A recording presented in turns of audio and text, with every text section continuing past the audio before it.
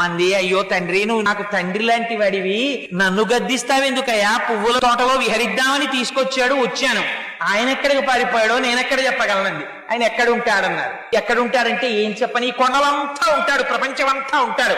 ఎంత గడుసుగా మాట్లాడేవే పిల్ల, అంతటా ఉంటాడా? కానీ మీ ఆయన్ని చూపించలేవా? ఎక్కడికి పోతాడు? చీకటిగా ఉంది కదా, నేను వృద్ధుణ్ణి అయిపోయాను. నిన్ను గుర్తుపడదామన్నా నువ్వెవరో గుర్తుపట్టలేకపోతున్నాను. అందుకని నిన్ను ఈ సంపంగి చెట్టు కట్టేస్తానని మొలకున్న ఉత్తరీయం తీసి ఉత్తరీయం వేసి కట్టేశారు. ఆయన కట్టేస్తే పాపం తల్లి రాత్రంతా సంపంగి చెట్టుకి కట్టుబడిపోయి ఉండిపోయిందండి. ఏమా తల్లి కర్మ, ఆ తల్లి కనుబొమ్మ కదిలితే ఐశ్వర్యం వస్తుంది. అటువంటి తల్లిని ఉత్తరీయంతో కట్టేశారు అనంతాచార్య వారు. కట్టేస్తే తెల్లవారిపోయింది. గుడి తలుపులు తెరిచారు. తెరిచి లోపలికి వెళ్లేసరికి స్వర్ణ లక్ష్మి కనపడలేదు. కనపడకపోతే అర్చకులు తెల్లబోయారు. వెంకటేశ్వర స్వామి వారు చెప్పారు, పాపం అర్చకుల్ని నిర్బంధించి కొట్టబోయారు. కొట్టబోతే అప్పుడు ఆలయ అధికారులకి చెప్పారు, అర్చకుల తప్పు లేదు, అనంతాచార్యులు కట్టేశాడు, వెళ్లి అమ్మవారిని తీసుకురండి అన్నాడు. అంటే ఎలా తీసుకురావాలి?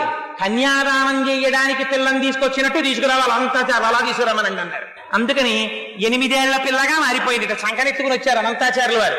ఎత్తుకొచ్చి తీసుకొచ్చి అక్కడ కూర్చోబెట్టి, అయ్యా తెలియక తప్పు చేశాను అయ్యా వెంకటాచలపతి, ఇదిగో తీసుకొచ్చేశాను అమ్మవారిని తీసుకోమన్నారు. అంటే ఆయన అన్నారు, నువ్వు అలా తీసుకొచ్చి ఇచ్చేస్తే కుదురుతుందా? నువ్వు మళ్ళీ నాకు పిల్లని తెచ్చి ఇచ్చిన వాడివి, నువ్వు మామగారివి నాకు అని మామగారు అని పిలిచి తను కట్టుకున్నటువంటి పంచె విప్పి అనంతాచార్యుల వారికి మెడలో వేశారు. తను పెట్టుకున్న కర్ణాభరణములను తీసి అనంతాచార్యుల వారి చెవులకి తొడిగారు.